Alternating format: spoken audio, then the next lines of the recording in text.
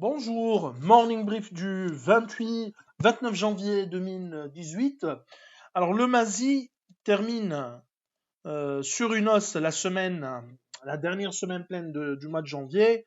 Il s'agit de la 5e hausse hebdomadaire consécutive pour le principal indice de la bourse de Casa.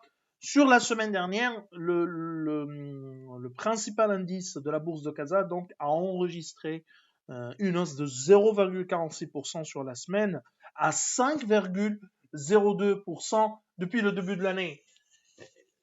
L'année dernière, un départ similaire au cours des 2 premiers mois de l'année 2017. Donc pareil cette année, mais avec des volumes qui sont globalement modestes. Sur la dernière semaine, un volume moyen par séance un peu plus de 100 millions de dirhams, donc par séance. Pour ce qui est des variations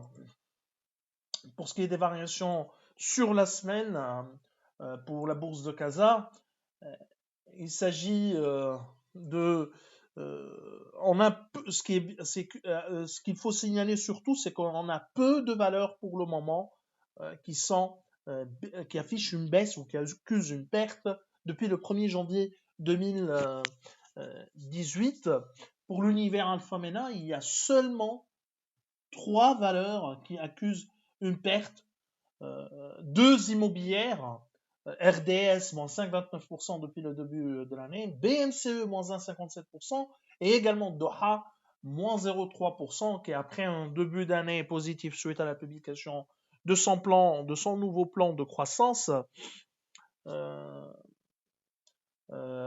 a reculé durant ces dernières semaines, le titre a reculé durant ces dernières semaines et accuse une perte depuis le 1er janvier 2018 de légère perte de 0,30%. Alors les principales hausses de la semaine, c'est HPS, plus 11,2%, et également la plus forte hausse depuis le début de l'année, plus 23,8%. Deuxième titre dans le palmarès de la semaine, c'est Sahm Assurance, plus 6,65%.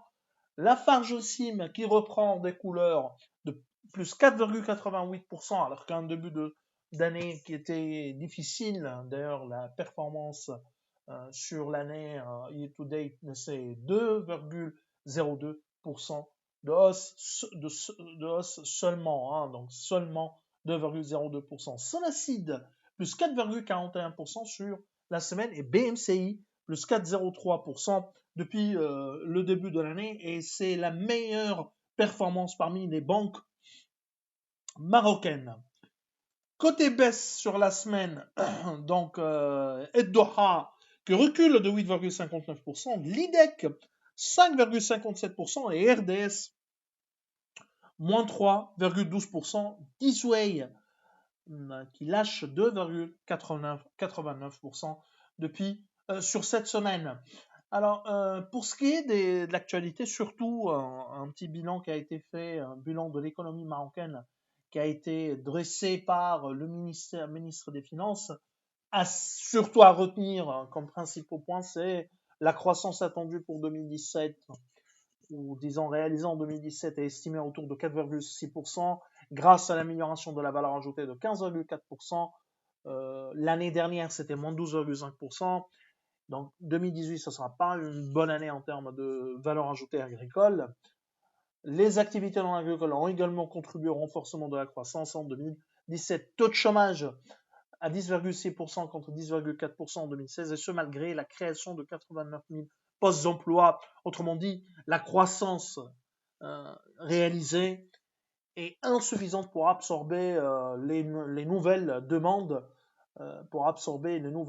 et réduire durablement le taux de chômage. Déficit budgétaire hors privatisation se situe à 3,5% contre 4,1% en 2016. Pareil, il y a eu un petit bilan des exportations annoncé de la part du ministre des Finances. Si on regarde à retenir surtout le fait que le déficit du compte courant se situe à environ 4% en 2017 contre 4,4% en 2016, l'Europe reste la principale destination des exportations marocaines, à l'image de la Tunisie, hein. C'est 76%, doit 70% en 2017, et l'Afrique, c'est 10%, 5% en 2007, hein. Pour ce qui est des investissements directs étrangers, hausse de 12% à 2,5 milliards de dirhams. À retenir également que, en termes de qualité de l'export, selon le ministre des Finances, il y a eu une amélioration nette avec un focus sur les produits à forte intensité technologique, notamment pour l'automobile, dont la part a doublé entre 2007 et 2017. Alors, donc également, on vous a joint un email du morning, la variation du dirham par rapport à l'euro. Sur une année, le dirham, disons, accuse une perte de 6%. Il y a eu une réappréciation de l'euro de 6% par rapport au dirham, ce qui est normal pour l'euro, puisque l'euro et même par rapport au dollar, hein, il est à un niveau très élevé, donc il est solide par rapport au dollar. L'indice, d'ailleurs, on rejoint un peu sur le graphique, on a rajouté au niveau du graphique le MASI.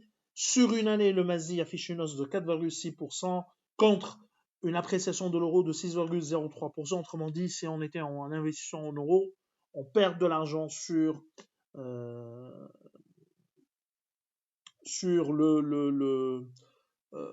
MASI, une légère perte, hein.